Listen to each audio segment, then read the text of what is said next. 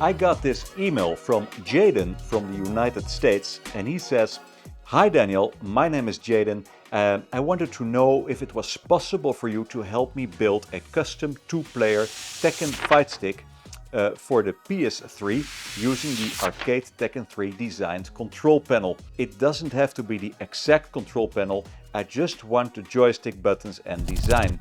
I was hoping to use this fight stick for the 3 original PlayStation 1 Tekken games on my PS3. And of course we can help Jayden with this. So in this video I'm going to build an extremely high quality two-player Tekken fight stick. You can watch me build the console. I will explain things as we go. I will give you as much information and as many tips as I can get you. Without further ado, let's get started.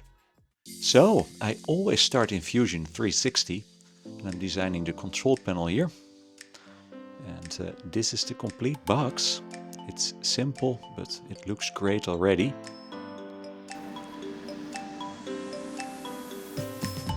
And this is the new tool I wanted to use for quite a while. This is like a robotic saw or a table saw with batteries. It's super small. Start by cutting large strips. This is for the box part. Let's measure them up. And now I need to cross cut them. And to be able to cross cut them I need an accessory. This comes complete with this saw. And it's super easy to do. I will make it parallel using a square. As you can see here, the complete table will move.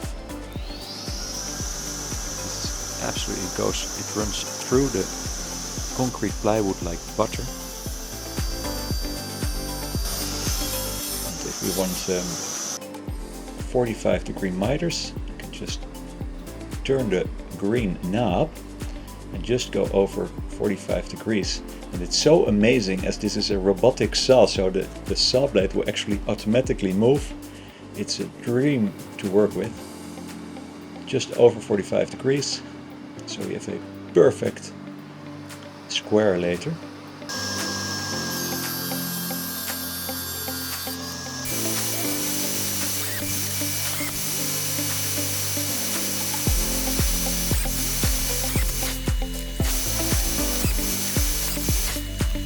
So here we are.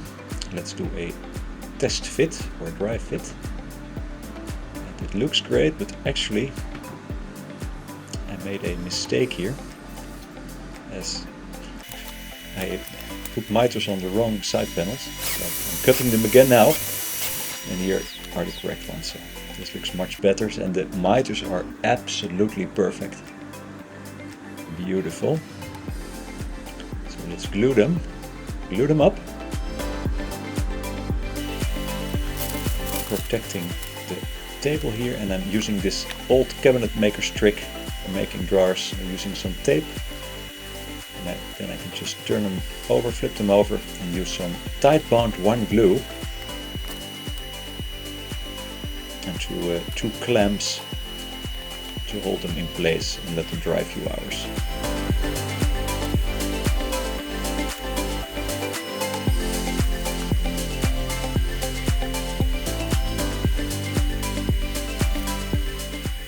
Clamps, not too tight, and just let them dry a few hours.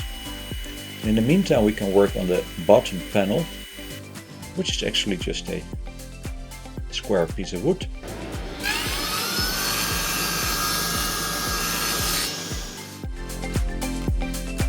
And to glue the bottom part in place, we're not going to use Titebond regular wood glue, we are using the PU glue, which is nasty stuff. And this is why I'm protecting the surface with the blue tape. But even with the blue tape I still need a chisel later to cut off all the excessive glue. It is nasty stuff, but it will never go apart. And it's the only way to glue the flat surface of the concrete plywood. So let's see if it fits. absolutely perfect. Let's use some clamps and let it dry overnight.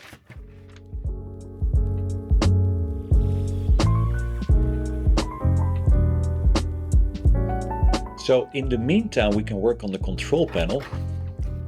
And I'm going to use my favorite tool, which is the Origin Shaper, or Shape Origin, I always forget, which is a small handheld CNC machine, which is absolutely amazing. A real CNC machine is faster, but for a small workshop like mine, this is absolutely perfect. And for a small control panel like this one, it's a joy to work with. So here you can see me route out the pockets for the joysticks and all the button holes. They are 28.5 millimeters in diameter. And to finish the sharp edges, you can see me use a pneumatic chamfering tool, which is not needed obviously, but it makes beautiful soft edges, small chamfers. And these HZ80 clamps, lever clamps, I found them at the construction convention I was earlier, and they were so amazing. I just bought a few of them, and as you can see, it's super easy to clamp your workpiece in place. And we need good clamping power, as we need to route the groove for the T-molding. You just need a groove cutting router bit. I showed this to you in prior videos already. And it just makes a 1.6 millimeter groove, and you can't mess it up. It's super easy to do, but it needs to be exactly in the middle. Now here's a piece of plexiglass, and we are going to use a copying bit or a trim router bit. We are going to stick the plexiglass on top of the workpiece, and we're using the control panel actually as a template. So we just run the router along the edges, and then we have an exact copy of our control panel. Super easy. And for the buttons we do the same thing, but we need to drill them, pre-drill them, so I can get the router bit in.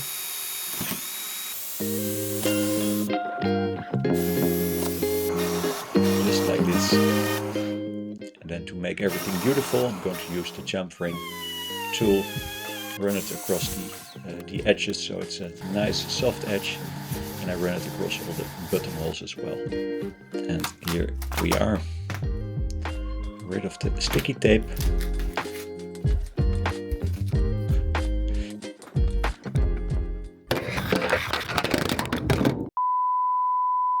And this was the part where I dropped the camera, but it still worked. Now these are HAB competition joysticks, so I'm going to take them apart so I can take over the dimensions for cutting the holes or drilling the holes. Just like this. And to drill out the holes, I'm going to use this drill guide, this portable drill guide, and this one is made by UJK, but Festool makes one as well now. And it serves two purposes. So first of all, you're going to drill absolutely vertical, and the second feature is that it has a drill stop. So we are at exactly 8 millimeters in depth.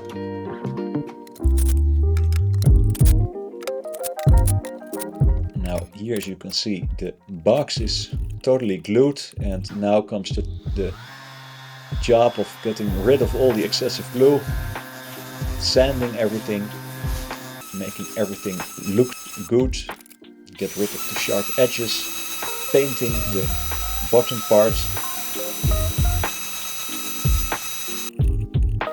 I want the unseen parts also to look very beautiful. So you can see me using the chisel to get rid of the glue, and it's just a lot of work.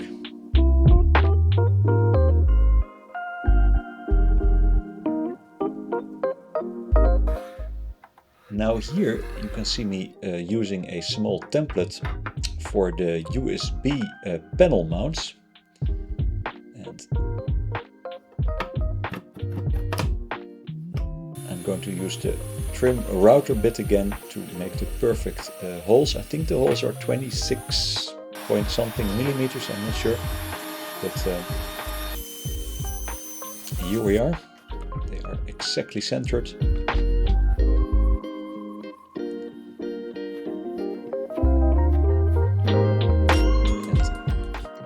here we are attaching the panel mount. Now it's a new day. Let's apply the artwork. And this is printed by a friend of mine on super high quality vinyl. And this is monomer vinyl. And I'm using a light to exactly line up the buttonholes. And I'm not sure why not everybody's using this technique, but it's super easy and you will get a absolutely perfect result.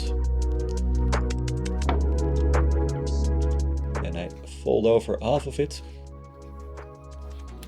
remove the protective foil, and then I am going to apply I'm applying the vinyl using the wet method. So I'm spraying some water and few drops of dishwasher soap on top of the surface. And this way the dishwasher soap breaks the surface tension of the water. And this will make sure that the vinyl will stick. But there are no air bubbles. So here I'm making a picture for my client. How the artwork will look underneath the transparent plexiglass. And now it is time to apply all the hardware. So these are the small feet. And now I will be mounting the piano hinge. Piano hinge is a lot of work, but in my opinion it's absolutely wonderful.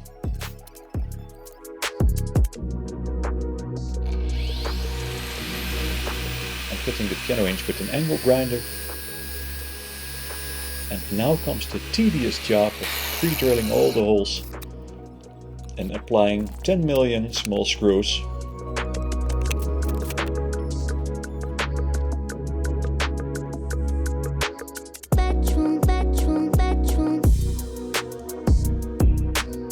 The small tool you see me use now is making a perfectly centered hole in the piano hinge.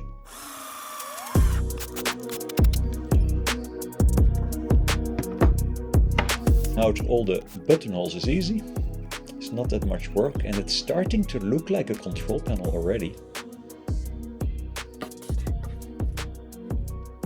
So let's remove the protective foil from the plexiglass. Let's install the buttons. And the buttons I'm using here are the classic original arcade buttons with the micro switches. So these are not the gold leaf switches, but the original arcade ones.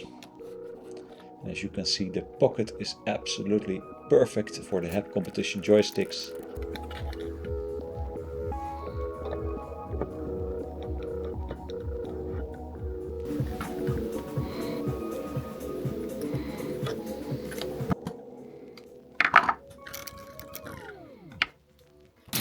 So, and this is a very small control panel with not so many buttons. I'm going to use some small screws at the side of the plexiglass to hold it in place.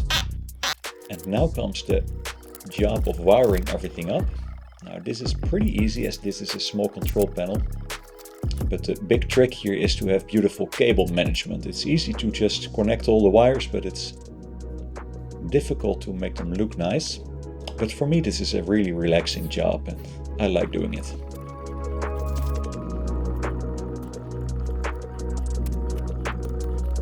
Now the T-molding is super easy to apply and the most difficult part is making it line up at the end. And if you made a mistake, a cutting mistake, I made another small YouTube short at the building convention, I think, how to fix that, but it's not that difficult.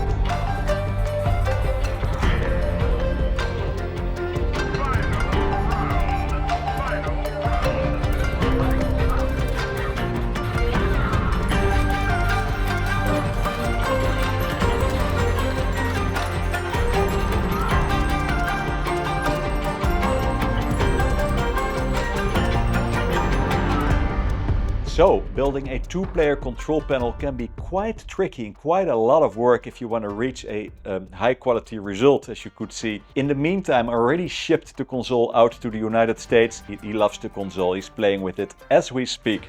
So, please subscribe to the channel, give the video a thumbs up if you like my work. You can comment below if you have any questions and find me on Instagram, @DanielSpies_arcades.